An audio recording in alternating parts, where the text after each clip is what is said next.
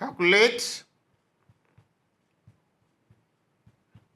the value of 12 divided by 10 raised to the power of 3.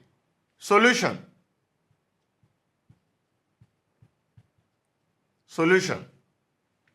We have 12 divided by 10 raised to the power of 3.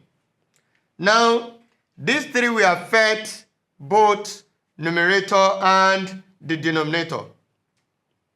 So we are going to have 12 raised to the power of 3, which is for the numerator. Then for the denominator, we have what? 10 raised to the power of 3.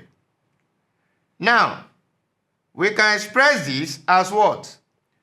12 times 12 times 12. You can see we have raised to the power of 3. So 1, 2, 3. Divided by, for 10 raised to the power of 3, we have what? 10 times 10 times 10. Now, we need to multiply. For the numerator, we have 12 times 12, that is what? 144. So let's multiply 144 by 12. What do we have? 144 by 12. Let's multiply that. So 2 times 4, what do we have? 8 from the back. Then 2 times 4, we also have 8. 2 times 1, what do we have? We have 2. Now, using 1. 1 times 4, what do we have? We have 4. 1 times 4, what do we have? We also have 4. Then 1 times 1, what do we have? 1. Adding. From the back, we have 8. 4 plus 8, 12. Then we carry 1. 1 plus 2, we have 3. 3 plus 4, we have 7. Then we have 1 here. 1,728. So in this case, it means that the continuation of this solution, we have this to be 1,728. That is for the numerator. 1,728, that is 12 times 12 times 12. 1,728 divided by what? What do we have here? 10 times 10, that is 100. Times 10, what do we have? 1,000. Now, this is an improper fraction. In mathematics, you can't leave your answer as an improper fraction. You need to leave your final answer as a mixed fraction. Once you have a result of an improper fraction, then you leave your result as a mixed numbers.